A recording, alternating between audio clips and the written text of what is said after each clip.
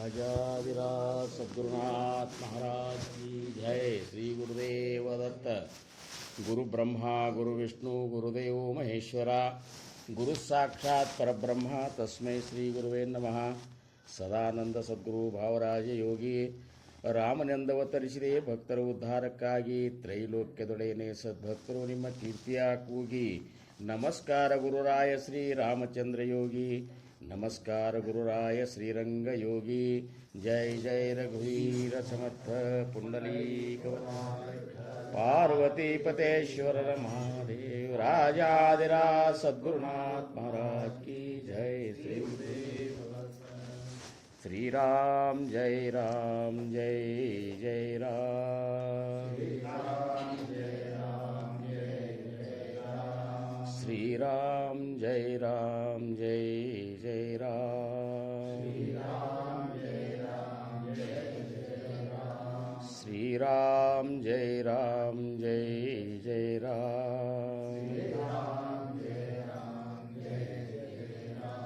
श्री राम जय राम जय जय राम। श्री राम जय राम जय जय राम।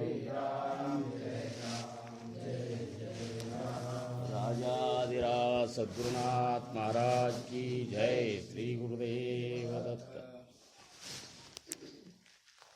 ಪ್ರಥಮವಾಗಿ ನಮ್ಮೆಲ್ಲರ ಆರಾಧ್ಯ ದೈವ ಶ್ರೀ ಸದ್ಗುರು ಸಮರ್ಥ ರಂಗರಾವ್ ಮಹಾರಾಜರ ಚರಣಾರವಿಂದಗಳಿಗೆ ನನ್ನ ದೀರ್ಘದಂಡ ಪ್ರಣಾಮಗಳನ್ನು ಸಲ್ಲಿಸಿ, ಸಮರ್ಥ ರಾಮದಾಸ್ ಮಹಾರಾಜರು ದಾಸಪುರದಲ್ಲಿ ಈ ಮನುಷ್ಯ ಜೀವಿಗಳಿಗೆ ಒಂದು ಮಾತನ್ನು ಹೇಳ್ತಾರೆ. ಆ ಮಾತಿನಕ್ಕಿಂತ ಪೂರ್ವದೊಳಗೆ ಇವತ್ತಿನ ಈ ಒಂದು ವೃತ್ತದ ಅಧಿಪತಿಯಾಗಿರುವಂತಹ ವಿಷ್ಣುವಿನ ಒಂದು ಅವತಾರವೇ ಆಗಿರುವಂತಹ ಶ್ರೀ ಸತ್ಯನಾರಾಯಣ ದೇವರಿಗೆ ನನ್ನ ದೀರ್ಘದಂಡ ಪ್ರಣಾಮಗಳನ್ನು ಸಲ್ಲಿಸಿ, ಇದೊಂದು ಕಲಿಯುಗದೊಳಗೆ ವಿಶೇಷ ಪೂಜೆ ಅನ್ನಿಸ್ಕೊಂಡದು. ಸತ್ಯನಾರಾಯಣ ವೃತ ಅನ್ನುವಂಥದ್ದು. ನಾವು ಸತ್ಯನಾರಾಯಣ ಪೂಜಾ ಅಂತೀವಿ, ಪೂಜಾ ಮಾಡೋದು ಖರೆ, ಇದೊಂದು ವೃತ ಅಂತೀವಿ. ನಾರದ ಮಹರ್ಷಿಗಳು ವಿಷ್ಣುಗೆ ಹೋಗಿ ಕೇಳ್ತಾರೆ, ಈ ಒಂದು ಮರ್ತ್ಯಲೋಕದೊಳಗೆ ಜನರು ಬಹಳಷ್ಟು ಕಷ್ಟಗಳನ್ನು ಅನುಭವಿಸ್ಲಿಕ್ಕತ್ತಾರೆ, ಅವ್ರ ಕಷ್ಟಗಳನ್ನು ನೋಡ್ಲಿಕ್ಕೆ ಆಗೋದಿಲ್ಲ. ಶ್ರೀಮಂತರಾಗಿ ಉಳಿದಾರ, ಕೆಲವೊಬ್ಬರು ಶ್ರೀಮಂತರಿದ್ದರೂ ಸಹಿತ ಸಮಾಧಾನದ ಬದುಕನ್ನು ಬದುಕಲಿಕ್ಕತ್ತಿಲ್ಲ, ಅವರು ಯಾವಾಗಲೂ ಅಸಮಾಧಾನತೆ ಬದುಕಲಿಕ್ಕತ್ತಾರೆ. ಇವೆಲ್ಲದರ ಒಂದು ನಿವಾರಣೆಗಾಗಿ ಏನಾದರೂ ಒಂದು ವೃತ ಹೇಳು ಅಂಥೇಳಿ ಪರಮೇಶ್ವರನ ಕೇಳಿದಾಗ ಆ ವಿಷ್ಣು ಭಗವಾನ್ ಅಂತಾನೆ, ಕಲಿಯುಗದೊಳಗೆ ನೋಡಪ್ಪ, ನಾನು ಸತ್ಯನಾರಾಯಣ ಒಂದು ರೂಪದಿಂದ ಜನರ ಒಂದು ಈ ಕಷ್ಟಗಳನ್ನು ಪರಿಹಾರ ಮಾಡಲಿಕ್ಕೆ ನಾನು ಒಂದು ವೃತವನ್ನು ಹೇಳ್ತೀನಿ. ಆ ವೃತವನ್ನು ಅವ್ರು ಮಾಡಿದ್ರಂದ್ರೆ ಅವರ ಜೀವನದೊಳಗೆ ಸಮಾಧಾನದ ಒಂದು ಸ್ಥಿತಿ ಅವ್ರಿಗೆ ಪ್ರಾಪ್ತ ಆಗ್ತದೆ. ಅವ್ರು ಏನು ಇಚ್ಛೆ ಮಾಡಿರ್ತಾರೆ ಅವೆಲ್ಲನೂ ಏನಪ್ಪ ಅಂದ್ರೆ ಅವ್ರು ನಾನು ಕೈಗೂಡಿಸ್ಕೊಡ್ತೀನಿ. ಹೀಗೆಲ್ಲ ಈ ಪ್ರಾಪಂಚಿಕರು ನೋಡ್ರಿ, ಪ್ರಪಂಚ ಅನ್ನುವಂಥದ್ದು ಹೆಂಗದ, ಸಮಾಧಾನದಿಂದ ನಡಿಬೇಕನ್ನುವಂಥದ್ದು ಪ್ರತಿಯೊಬ್ಬರ ಆಶೆ ಇರ್ತದೆ. ಸಮರ್ಥರಾದರು ಅಂತಾರೆ, ಪ್ರಪಂಚ ಕರಾವ ನೇಟಕ ಅಂತಾರೆ. ಆ ಪ್ರಪಂಚ ಸರಿಯಾಗಿತ್ತು ಅಂದರೆ ಪರಮಾರ್ಥ ಅವ್ರಿಗೆ ಸಾಧಿಸ್ತಿರ್ತದೆ ಯಾವಾಗಲೂ. ಈ ಪ್ರಪಂಚ ಸರಿಯಾಗಿರಬೇಕು ಅಂದ್ರೆ ಸರಿಯಾಗಿರ್ತಂತೇನಿಲ್ಲಿದು ಪ್ರತಿಯೊಬ್ಬರದು. ನಾವು ಎಷ್ಟೇ ಸರಿ ಮಾಡಲಿಕ್ಕೆ ಹೋದ್ರೂ ಸಹಿತ ಇದು ವಿಷಮ ಹಾಕ್ಕೋತಾನೆ ಇರ್ತದೆ. ಕೆಲವೊಮ್ಮೆ ದುಃಖದ ಪರಿಸ್ಥಿತಿಗಳು ಬರ್ತಾವೆ, ಕೆಲವೊಮ್ಮೆ ಸಂತೋಷದ ಪರಿಸ್ಥಿತಿಗಳು ಬರ್ತಾವೆ, ಕೆಲವೊಂದು ಆಘಾತಗಳು ಉತ್ಪನ್ನ ಆಗಿಬಿಡ್ತಾವೆ. ನಾವು ಕಲ್ಪನಾ ಮಾಡಲಾರ್ದು ಏನೇನೋ ಆಗಿ ಹೋಗಿಬಿಡ್ತವೆ.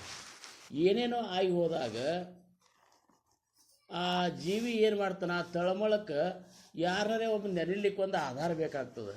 ಆವಾಗ ಯಾರಾದರೂ ಉತ್ತಮರನ್ನು ತಿಳಿದವರನ್ನು ಕೇಳಿದಾಗ ಅವ್ರು ಏನು ಹೇಳ್ತಾರಂದ್ರೆ, ನೀವು ಭಗವಂತರ ಏನಾದರೂ ಒಂದು ಕಾರ್ಯಗಳನ್ನು ಮಾಡುತ್ತಾ ಬರ್ರಿಪ್ಪ, ಏನು ತೀರ್ಥಕ್ಷೇತ್ರಗಳಿಗೆ ಹೋಗ್ರಿ, ಅಲ್ಲಿ ದರ್ಶನಾರ ತೊಗೊಂಡು ಬರ್ರಿ, ಅಥವಾ ಇಂಥ ದೇವರಿಗೆ ಏನಾದರೂ ಒಂದು ನೀವು ಹರಕೆಯನ್ನು ಹೊತ್ತು ಬರ್ರಿ, ಇನ್ನೂ ಹಿಂಗೆ ಏನೇನೋ ಹೇಳ್ತಿರ್ತಲ್ಲ. ಅದರಾಗ ವಿಶೇಷವಾಗಿ ಈ ಸತ್ಯನಾರಾಯಣ ವೃತ್ತದ ಬಗ್ಗೆ ಏನದಲ್ಲ, ಭಾಳಷ್ಟು ಮಂದಿ ಮೊದಲಿಗೆ ಹೇಳೋದು ಇದನ್ನೇ. ವರ್ಷಕ್ಕೊಮ್ಮೆ ಆದರೂ ಸಹಿತ ನೀವು ಮನೆಯೊಳಗೆ ಸತ್ಯನಾರಾಯಣ ಪೂಜೆಯನ್ನು ಆ ವೃತ್ತವನ್ನು ಆಚರಿಸಿರಿ, ನಿಮ್ಮ ಈ ಪ್ರಾಪಂಚ ಸುಖದಿಂದ ನಡಿಬೇಕಾಗಿತ್ತು ಅಂತಂದ್ರೆ ಮಾಡಿರಿ ಅಂತ ಹೇಳ್ತಾರೆ. ಮಾಡೋದು ನಾವು ಏನಾಗ್ತದೆ, ನಮ್ಮದು ನಾವು ಪರಮಾರ್ಥ ಮಾರ್ಗವನ್ನು ಹಿಡದೆ ಒಂದು ಮಾತ್ರಕ್ಕೆ ಇವೆಲ್ಲ ಏನಪ್ಪ ಅಂಥೇಳಿ ನಾವು ಭಾಳ ದೊಡ್ಡ ಮ್ಯಾಲಿನ ಮಟ್ಟದ ಮಾತಾಡ್ತೀವಿ ನಾವು. ಏನು ಇವು ಯಾಕಂದ್ರೆ ಇವು ಒಂದು ಇಚ್ಛಾ ಇಟ್ಕೊಂಡು ಮಾಡುವಂಥ ವೃತ್ತಗಳು. ನಮ್ಮ ಪ್ರಾಪಂಚಿಕ ಯಾವುದೇ ಒಂದು ಸಮಸ್ಯೆಗಳ ಪೂರ್ತಿ ಆಗಲಿ, ನಮಗೆ ಸಮಾಧಾನ ಸಿಗಲಿ ಅಂತೇಳಿ ತಿಳ್ಕೊಂಡು ಈ ಒಂದು ಸಂಕಲ್ಪ ಮಾಡುವಂಥ ವೃತ್ತಗಳು ಇವು. ಇವನ್ನ ಯಾಕೆ ಮಾಡ್ತೀರಿ ನೀವು ಸದ್ಗುರುಗಳಿಂದ ಮಾಡ್ಕೊಂಡ ಮೇಲೆ ಅನ್ನುವಂಥದ್ದು ಭಾಳಷ್ಟು ಮಂದಿ ಏನಪ್ಪ ಒಂದು ವಿಶೇಷ ತಿಳಿದಂಥವ್ರು ಮಾತಾಡೋ ಮಾತು. ಆದ್ರೆ ಹಂಗೆ ಇಲ್ಲ ಅಂತಾರವ್ರು. ಪಾರಮಾರ್ಥ ನೀವು ಶುರು ಮಾಡಿದ ಮಾತ್ರಕ್ಕೆ ನಿನ್ನಲ್ಲಿ ಆ ಒಂದು ಸ್ಥಿತಿ ಬರಬೇಕಂತೂ ಇಲ್ಲ. ಆಮೇಲೆ ಪಾರಮಾರ್ಥ ನೀ ಗುರುಮಾರ್ಗದೊಳಗಿರಲಿ ಪರಮಾರ್ಥದೊಳಗಿದ್ರೂ ಸಹಿತ ಇಂಥವು ಮಾಡಬಾರ್ದಂತೂ ಇಲ್ಲ. ನಾವು ಪ್ರಪಂಚದೊಳಗಿದ್ದೇವೆ ಅಂದ್ರೆ ಇವನ್ನೆಲ್ಲ ಮಾಡ್ಕೋತಾನೆ ಇರಬೇಕು. ಏನು ಯಾಕಂದ್ರೆ ಆದ್ರೆ ದೃಷ್ಟಿ ಹೆಂಗಿರ್ಬೇಕಂದ್ರೆ ಇವತ್ತು ಸತ್ಯನಾರಾಯಣ ವ್ರತವನ್ನು ನಾವು ಮಾಡ್ಲಿಕ್ಕತ್ತೇವ್ರೆ ಸತ್ಯನಾರಾಯಣೊಳಗೆ ಇರೋರು ಸಮರ್ಥರಲ್ಲ. ಅಣುರೇಣು ತೃಣಕಾಷ್ಟಗಳಲ್ಲಿ ಆ ಸದ್ಗುರುವಿನ ಸ್ವರೂಪ ತುಂಬಿದಂದಾಗ ಸತ್ಯನಾರಾಯಣೊಳಗೆ ಇಲ್ಲನು. ಆದ್ರೆ ಆ ಪರಮೇಶ್ವರ ಆ ಪರಬ್ರಹ್ಮ ಸ್ವರೂಪ ಕೆಲವೊಬ್ಬರಿಗೆ ಒಂದೊಂದು ಡಿಪಾರ್ಟ್ಮೆಂಟ್ ಕೊಟ್ಟಂಗೆ ಮಾಡ್ಯಾನ. ಆ ದೇವರನ್ನು ಅವ್ರು ಭಜಿಸೋದ್ರಿಂದ ಅದನ್ನು ನಾವು ಪೂರ್ತಿ ಮಾಡ್ತಿರ್ತಾನೆ ಇಷ್ಟೇ. ಹಂಗೆ ಸತ್ಯನಾರಾಯಣ ವಿಷ್ಣುವಿನ ಅವತಾರವಾದ ಸತ್ಯನಾರಾಯಣ ಪೂಜಾ ಸರ್ವರಿಗೂ ಮಂಗಲವಾದಂಥ ಒಂದು ಸ್ಥಿತಿಯನ್ನು ಪ್ರಾಪ್ತ ಮಾಡಿಕೊಡ್ತದೆ. ಆಮೇಲೆ ಇಚ್ಛೆಗಳು ಪೂರ್ತಿ ಮಾಡ್ತದೆ. ಅಂಥ ಒಂದು ಏನೋ ಸಂಕಲ್ಪ ಮಾಡಿ ನಮ್ಮ ಶ್ರೀಕಾಂತ ಇವತ್ತಿನ ದಿವಸ ಈ ವೃತವನ್ನು ಇಲ್ಲಿ ಆಚರಿಸ್ಲಿಕ್ಕತ್ತಾನೆ. ಈ ವೃತದೊಳಗೆ ನೀವೆಲ್ಲ ಭಾಗಿಯಾಗಿದ್ದು ಬಹಳ ಒಂದು ಏನಪ್ಪ ಅಂದ್ರೆ ಪುಣ್ಯ ಇದು. ಸಮರ್ಥರು ಅದೇ ಹೇಳ್ತಾರೆ, ನರದೇ ಹಾಚಿ ಉಚಿತ ಕಾಹಿ ಕರಾವೆ ಆತ್ಮಹಿತ ಯಥಾನುಶಕ್ತಿ ಚಿತ್ತ ವಿತ್ತ ಸರ್ವೋತ್ತಮೀಲಾವಾವೆ. ನೀವು ಮನುಷ್ಯ ಜನ್ಮಕ್ಕೆ ಬಂದಿರಲ್ಲ, ಅದಕ್ಕೆ ಖರ್ಚು ಮಾಡಬೇಡ್ರಿ, ಇಂಥವು ಏನರ ಮಾಡಲ್ಲ ಅಂತಾರ. ಈಗ ಆಗುವಂಥ ಖರ್ಚು ಎಷ್ಟೋ ಮಂದಿ ಅದಕ್ಕೋ ಖರ್ಚು ಮಾಡ್ತಾರೆ. ಇದ್ರ 10 ಪಟ್ಟು ಖರ್ಚು ಅದಕ್ಕೋ ಅದು ಅರ್ಥ ಇಲ್ಲದಕ್ಕೆ ಖರ್ಚು ಮಾಡ್ತಿರ್ತಾರೆ. ನೀವು ಇಂಥದ್ದು ಮಾಡಲ್ಲ, ಭಗವಂತ ಸಂತುಷ್ಟಗೋತಾನ. ಭಗವಂತ ಸಂತುಷ್ಟಗೊಂಡ ಅಂದ್ರೆ ಸದ್ಗುರು ಸಂತುಷ್ಟಗೋತಿರ್ತಾನೆ. ಈ ಪರಮಾರ್ಥದೊಳಗಂದ ಕೆಲವೊಂದು ಮೆಟ್ಟಿಲವ.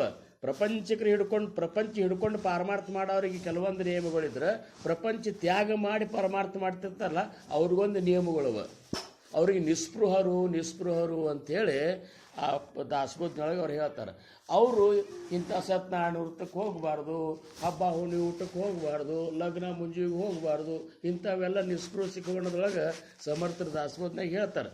ಅದನ್ನು ನಾವು ಅಪ್ಲೈ ಮಾಡ್ಕೊಳ್ಳಿಕ್ಕೆ ಆಗೋದಿಲ್ಲ. ಪ್ರಾಪಂಚಿಕರು ಇಂಥವೆಲ್ಲ ಮಾಡ್ಕೋತಾ ಇರಬೇಕು. ಮನಸ್ಸ ಭಗವಂತನಲ್ಲಿ ಇದು ಆಗಬೇಕಾದ್ರೆ ಸತ್ವಗುಣ ಸಾತ್ವಿಕ ಒಂದು ಕಾರ್ಯಗಳು ನಮ್ಮಲ್ಲಿ ಜರುಗ್ತಿರಬೇಕು. ಅಂಥ ಸಾತ್ವಿಕ ಕಾರ್ಯ ಜರುಗಿದು ಅಂದರೆ ಅದರಿಂದ ಭಗವದ್ಭಕ್ತಿ ನಮ್ಮಂತಲ್ಲಿ ಉತ್ಪತ್ತಿ ಆಗ್ತಿರ್ತದೆ. ಅದಕ್ಕೆ ಇವತ್ತೇನು ಮಾಡ್ಯಾರಲ್ಲ ಭಾಳ ಸಂತೋಷ. ವರ್ಷಕ್ಕೊಮ್ಮಾದರೂ ಸಹಿತ ಸತ್ಯನಾರಾಯಣ ಪೂಜೆ ಮಾಡೋದು ಏನು ತಪ್ಪಿಲ್ಲ, ಮಾಡ್ಬೇಕಂತಾರೆ ಅವ್ರು, ಮಾಡಬೇಕು. ಇಷ್ಟೇ ಯಾಕೆ ಹುಣ್ಣಿಗೊಮ್ಮೆ ಸತ್ಯನಾರಾಯಣ ಪೂಜೆನೂ ಮಾಡ್ತಾರೆ ಪ್ರತಿಯೊಬ್ಬರು. ಎಷ್ಟೋ ಮಂದಿ ಹುಣ್ಣಿಗೊಮ್ಮೆ ಸತ್ಯನಾರಾಯಣ ಪೂಜೆ ಮಾಡ್ತಾರೆ. ಹುಣ್ಣಿಗೊಮ್ಮೆ ಏನಿಲ್ಲ, ಅದನ್ನ ಹೆಂಗೆ ಮಾಡಬೇಕು ಅಂತೇಳಿ ಭಾಳ ಪ್ರಶ್ನೆ ಇಲ್ಲ. ಇವತ್ತಿಗೆ 5 ಕತೆ ಓದಿದ್ದೆ ನಾವು. 5 ಕತೆ ಒಳಗೆ ಸತ್ಯನಾರಾಯಣ ಕತೆ ಮಾಡೋದು ಎಷ್ಟು ಮುಖ್ಯದ, ಆ ಪ್ರಸಾದದ್ದು ಎಷ್ಟು ಮುಖ್ಯದ, ಅದನ್ನು ಎಂಥ ಪರಿಸ್ಥಿತಿಯೊಳಗೂ ಹೆಂಗಾದರೂ ಮಾಡ್ಲಿಕ್ಕೆ ಹೆಂಗೆ ಬರ್ತದೆ, ಇವೇ ವಿಚಾರಗಳನ್ನೇ ತಿಳಿಸ್ತಾರೆ. ಇವತ್ತು ಕೊನೆ ಕತೆ ನಾವು 5ನೇ ಕತೆಯೊಳಗೆ ನಾವು ನೋಡಿದೆವು. ರಾಜ ಬಂದು ಕೂತಿರ್ತಾನೆ ಅಡವ್ಯಾಗ. ಈ ಹುಡುಗರು ಏನು ಮಾಡ್ತಾವ, ಸತ್ಯನಾರಾಯಣ ಪೂಜೆದ ಕತೆ ಮಾಡೋಣ ಅಂಥೇಳಿ ಆಟ ಆಡ್ಬೇಕಂತ ಮಾಡ್ತಾವೆ. ಏನಿಲ್ಲ, ಒಂದು ಗಿಡದ ತಳಗೆ ಒಂದು ಕಟ್ಟಿ ಮೇಲೆ 5 ಕಲ್ಲು ಇಡ್ತಾವೆ. ಕಲ್ಲಿಟ್ಟು ಪೂಜೆ ಮಾಡ್ತಾವೆ. ಅದೇ ಪ್ರಸಾದ ಅಂದ್ರೂ ಸಹಿತ ಅದನ್ನೇ ಒಂದು ಕಲ್ಲಿನಾಗ ಈ ಒಂದು ಪ್ರಸಾದ, ಈ ದೇವರ ಈ 9 ಅಡಿಗಳು ಹೀಗೆಲ್ಲ ಏನು ಅವು ತಲೆಗೆ ಬರ್ತವಲ್ಲ ಇಷ್ಟು ಮಾಡಿ ಪೂಜೆ ಮಾಡ್ತಾರೆ. ಮಾಡಿ ತಾವೇ ತಂದದ್ದು ಅಡಿಗೆ. ಇವತ್ತು ನಾವು ಸತ್ಯನಾರಾಯಣ ಇದು ಮಾಡ್ತೇವೆ, ಏನು ಪ್ರಸಾದ ಅಂತ ಮಾಡ್ತೇವೆ. ಸತ್ಯನಾರಾಯಣಿಗೆ ಪ್ರೀತ್ಯರ್ಥವಾಗಿ ಅವನ ಪ್ರೀತಿಗಾಗಿ ಇದನ್ನು ಸೇರ್ತಂತ ಮಾಡ್ತೇವೆ. ಆದರೆ ಆ ಹುಡುಗರಿಗೆ ಏನು ಗೊತ್ತು, ನಿಷ್ಕಲ್ಮಶ ಹೃದಯಗಳು ತಮ್ಮ ಬುತ್ತಿ ತಂದದ್ದನ್ನೇ ಎಲ್ಲ ಕೂಡಿಸಿ ಇದೇ ಪ್ರಸಾದ ಅಂತಂತ. ಇದನ್ನೆಲ್ಲ ನೋಡು ರಾಜ ಅಂತಾನ, ಅವು ಕೊಡ್ಲಿಕ್ಕೆ ಹೋದ್ರೆ ಅವತ್ತು ತಿರಸ್ಕಾರ ಮಾಡಿಬಿಡ್ತಾನೆ. ಅದಕ್ಕೆ ಪ್ರಸಾದ ಹಿಂಗೆ ಇರಬೇಕು ಅಂತ ನೇಮಿಲ್ಲ, ಸತ್ಯನಾರಾಯಣ ಕತೆ ಹಿಂಗೆ ಮಾಡಬೇಕಂತೂ ನೇಮಿಲ್ಲ. ನಿನಗೆ ಹೆಂಗೆ ಸಾಧ್ಯದ ಹಂಗೆ ಮಾಡು, ಭಾವ ತುಂಬೆ ಶ್ರದ್ಧೆಯಿಂದ ಭಕ್ತಿಯಿಂದ ಮಾಡು. ಸತ್ಯನಾರಾಯಣ ದೇವರು ಒಲಿತಿರ್ತಾನೆ. ಅದಕ್ಕೆ ನಾವೇನು ಮಾಡ್ತೀವಿ, ಮಾಡೋದ್ರಾಗ ಏನಾರ ಹೆಚ್ಕೊಂಡು ಅವ್ರು ಹಿಂಗೆ ಯಾಕೆ ಮಾಡಿದ್ರು ಅಂತೀವಿ. ಹಂಗೆ ಯಾಕೋ ಹಿಂಗೆ ಯಾಕಿಲ್ಲ, ಅವ್ರವ್ರಿಗೆ ಹೆಂಗೆ ತೃಪ್ತಿ ಆಗ್ತಾ ಹಂಗೆ ಮಾಡಲಿ. ಆದರೆ ಮಾಡ್ತಾರಲ್ಲ ಅದು ಹೆಚ್ಚಿಲ್ಲ. ಹಂಗೆ ಈ ನರದೇಹಕ್ಕೆ ಬಂದಂಥ ಮನುಷ್ಯ ಜನ್ಮಗೂ ದೇವಿಗಳಿಗೆ ಏನು ಹೇಳ್ತಾರೆ, ನರದೇಹ ಹಚ್ಚಿ ಉಚಿತ. ಈ ಮನುಷ್ಯರಾಗಿ ಬಂದಿಲ್ಲ, ಉಚಿತವಾದ ಕಾರ್ಯ ಏನಪ್ಪ ಅಂದ್ರೆ ಕಾಯಿಕರಾವೇ ಆತ್ಮಹಿತ. ಏನಾದರೂ ನಿಮ್ಮ ಮನಸ್ಸಿಗೆ ಸಮಾಧಾನ ಆಗುವಂಥ ಭಗವತ್ ಕಾರ್ಯಗಳನ್ನು ಮಾಡಿ ಯಥಾನುಶಕ್ತಿ. ನಿಮಗೆ ಭಗವಂತ ಕೊಟ್ಟಲ್ಲ, ನಿಮಗೆಷ್ಟು ಸಾಧ್ಯದಲ್ಲ ಚಿತ್ತ ವಿತ್ತ. ನಿಮ್ಮ ಸಂಪತ್ತನ್ನು ಉಪಯೋಗ ಮಾಡಿರಿ, ನಿಮ್ಮ ಚಿತ್ತವನ್ನು ಉಪಯೋಗ ಮಾಡಿರಿ ಅಂತಾರೆ. ಏನು ಈಗ ನಾವು ಸಂಪತ್ತು ಉಪಯೋಗ ಮಾಡ್ತೇವೆ, ಚಿತ್ತ ಉಪಯೋಗ ಮಾಡೋದಿಲ್ಲ. ಇವತ್ತೊಂದು ಸತ್ಸಂಗ ಮಾಡ್ತೇವೆ, ಅಲ್ಲಿ ಸಂಪತ್ತು ಖರ್ಚು ಮಾಡ್ತೇವೆ, ಖರೆ ಚಿತ್ತವನ್ನು ಅದರೊಳಗಿಟ್ಟು ನಾವು ಶ್ರವಣ ಮಾಡೋದಿಲ್ಲ. ಎಲ್ಲಿ ಫೇಲ್ ಆಗ್ತೇವೆ ಅಂದ್ರೆ ಸಂಪತ್ತು ಖರ್ಚು ಮಾಡ್ತೇವೆ, ಖರೆ ನಮ್ಮ ಚಿತ್ತವನ್ನು ಅಧ್ಯಾತ್ಮ ಶ್ರವಣಕ್ಕಾಗಿ ನಾವು ಮೀಸಲಿಟ್ಟೇವೆ ಅಂದ್ರೆ ಇದ್ರಾಗೂ ಆನಂದ ಸಿಗ್ತದೆ, ಅದರಾಗೂ ಆನಂದ ಸಿಗ್ತದೆ. ಹಂಗೆ ಇವೊಂದೊಂದು ವೃತ್ತಗಳು, ಈ ವೃತ್ತಗಳ ಸಂಬಂಧ ನಾವು ಇವನ್ನೆಲ್ಲ ಏನಾದರೂ ಮಾಡಿ ಕಾಹಿಕರಾವೆ ಅಂತಾರೆ, ಏನರೇ ಮಾಡಿ. ಆದರೆ ಇದನ್ನ ಸಾರ್ಥಕತೆ ಮಾಡಿಕೊಡಿ ಜೀವನದಾಗ. ಎದಕ್ಕರೆ ಈಗ ಎಷ್ಟೋ ಮಂದಿ ಪ್ರಪಂಚ ಮಾಡ್ತಾರೆ, ಕರೆ ಆ ಪ್ರಪಂಚ ಆ ಮನಿ ಹೆಂಗಾಗಿರ್ತದೆ ಅಂದ್ರೆ ಅದಕ್ಕೊಂದು ಏನೂ ಅರ್ಥ ಇಲ್ಲ, ಅದು ಮನಿ ಅನಿಸೋದಿಲ್ಲ, ಅದೇನೋ ಅನಿಸಿಬಿಡ್ತದೆ.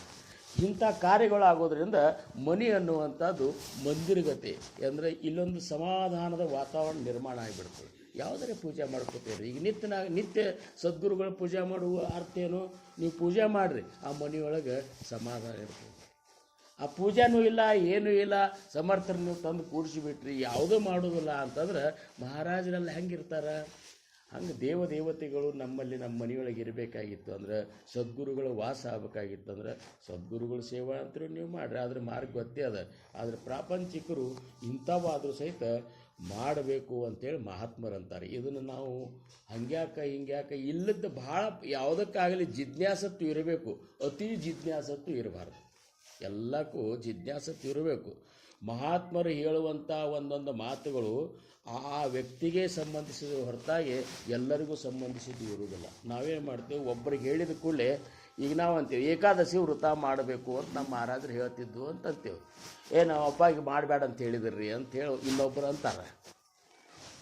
ಅವಾಗ ಏನು ಹೇಳಬೇಕಾಗಿತ್ತು ಅದನ್ನು ಹೇಳಿದರು, ಇವಾಗ ಏನು ಹೇಳಬೇಕಾಗಿತ್ತು ಇದನ್ನು ಹೇಳಿದರು. ಅದನ್ನಂತ ನೀನು ನಂಬ್ಕೊಂಡು ಅದನ್ನು ಎಲ್ಲಕ್ಕೂ ಒಂದೇ ಅಪ್ಲೈ ಮಾಡ್ಕೋಬಾರ್ದು.